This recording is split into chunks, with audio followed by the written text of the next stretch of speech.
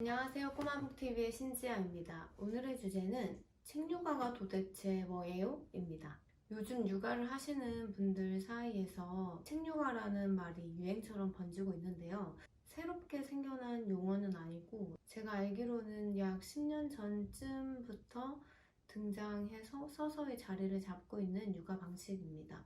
대표적으로 땡땡이 아빠, 땡땡맘 이런 분들이 특별히 독서를 통해서 자녀들을 양육한 방법을 매체를 통해 공유하면서 책을 통한 육아가 많은 분들에게 알려지게 되었고, 그 이후로도 많은 분들이 그 방법에 동의를 하면서 실천하고 계신 것 같아요. 그렇다면 책 육아는 과연 어떻게 하는 걸까요? 쉽게 말해서 육아를 할 때 책을 중심으로 아이들 양육하는 건데요. 책을 일찍부터 보여주고 많이 보여주고 다양하게 보여주면서 나아가 책을 좋아하게 될 수 있도록 지도하고, 궁극적으로는 인성과 지성이 책을 통해서 고루 발달되도록 돕는 육아 방식이라고 생각하시면 됩니다. 너무 거창한가요? 그러니까 만약 내가 양육자로서 아이들은 어렸을 때 자연에서 많이 뛰어놀아야 된다고 생각해 라는 교육 철학을 가지고 계신 양육자라면, 도시가 아닌 자연을 가까이 할 수 있는 곳으로 이사를 가신다거나 교육기관에 보내기보다는 산으로 들로 강으로 데리고 다니면서 자연 속에서 놀고 배우는 시간을 많이 확보해 주고 싶겠죠. 이런 분들이 교육기관을 선택한다고 할 때에도 일반 유치원보다는 순유치원이나 혹은 야외에서의 활동의 비중이 높은 기관을 선택하겠죠. 또 다른 예로, 내가 살아보니까 영어가 너무 중요한 것 같아. 내 아이에게 영어만큼은 잘 가르쳐서 좀 더 넓은 세상으로 가는데 영어가 도움이 되도록 돕고 싶어. 이런 철학을 가지고 계신 분들이라면 교육기관을 선택할 때도 외국어 교육에 포커스를 맞춘 유치원을 선택하시거나, 집에서 시간을 보낼 때도 외국어를 습득할 수 있는 다양한 책이나 활동들을 준비하시겠죠. 이런 것처럼 책 육아를 하시는 분들은 아이의 발달 단계에 맞춰서 어떤 책이 좋을지를 고민하시고, 아이가 자라는 동안 늘 책을 가까이 하면서 책을 통한 배움이 일어나도록 돕고 싶으실 거예요. 이런 책 육아가 예전에는 육아서나 강의를 통해서 정보를 얻을 수 있었는데, 요즘은 SNS처럼 일상에서 가까운 미디어를 통해서 책 육아를 하시는 분들과의 적극적인 소통과 정보 교환을 통해 책 육아에 대한 관심이 더 높아진 것 같아요. 저 역시도 SNS를 통해서 책 육아 하시는 분들의 게시물을 가끔 보게 되는데요. 꼭 교육학을 전공하거나 아동문학 분야에 종사하는 분들이 아니더라도 자기 자녀를 책으로 어떻게 양육하고 있는지에 대한 정보를 공유함으로써 많은 분들에게 도움을 드리는 형태더라고요. 그런데 이런 책 육아를 어떻게 해야 하는지 양육자가 정확한 기준이나 철학을 가지고 있지 않은 상태에서 많이 알려진 분들의 육아 방식을 무작정 따라 하다 보면 나중에 왜 나의 자녀는 저분들의 자녀들과 같은 결과를 내지 못했지?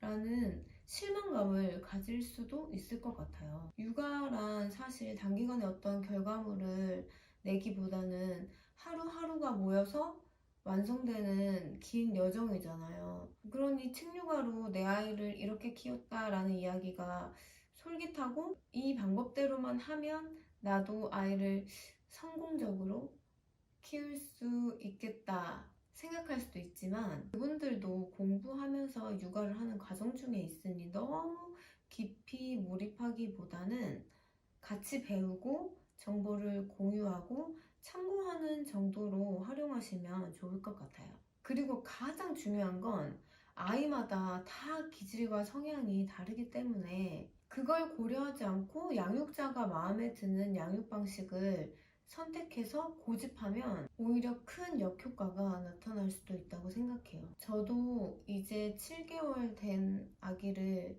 키우고 있지만, 저에게 누가 책 육아 하세요? 라고 물어보면 바로 네, 저 책 육아 해요 라고 말하지 못할 것 같아요. 책 육아라는 타이틀을 걸고 유튜브까지 하는 사람 대답이 왜 저래? 라고 생각하실 수도 있을 것 같은데요. 저도 지금 저희 아이의 성향과 기질을 파악하고 있는 중이고, 우리 아이에게 맞는 육아 방식은 어떤 것이고, 나는 어떤 태도를 가져야 하는지를 많이 고민하고 있는 중이에요. 제가 그림책이 얼마나 좋은지 모를까요?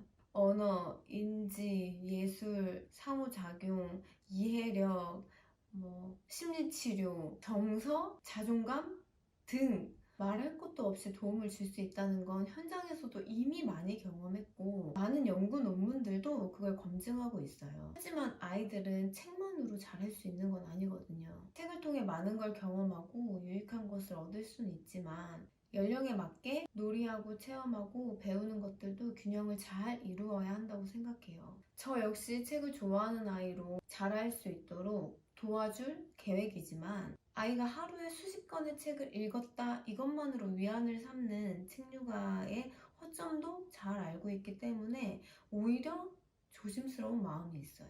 지금 저희 아기가 7개월이지만 제가 초등학교 고학년까지 읽을 수 있는 책을 미리 다 준비해서 거실을 꽉 채워버릴 수도 있겠죠.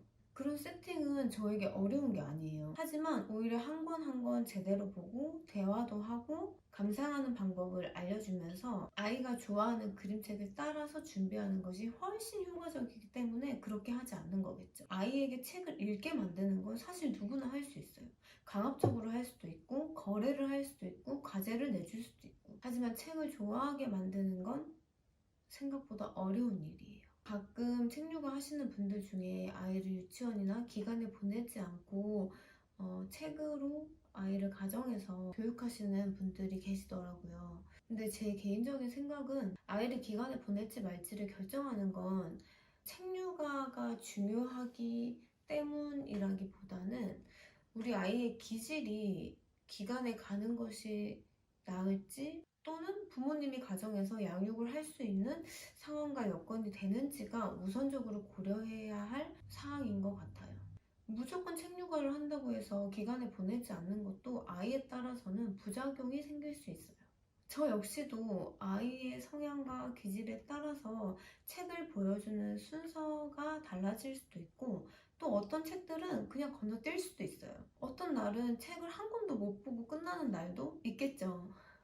아이가 자라는 긴 시간 동안 아이와 함께 그림책을 꾸준히 보는 분들이라면 누구나 할 수 있는 것이 책육아입니다. 제가 책육아라는 이름이 그나마 대중적이라서 타이틀을 그렇게 달았지만 개인적으로는 책육아를 하시기 원하시는 부모님들에게 어떻게 그림책 한 권 한 권을 면밀하게 볼 수 있는지 또 아이와 어떤 대화를 나누면 좋은지를 조금 알려드리고 싶어서 유튜브를 시작하게 된 건데요. 앞으로는 그림책 한 권에 해당하는 표지, 면지를 탐색하는 방법, 그리고 아이에게 하면 좋은 질문들을 공유할 예정입니다.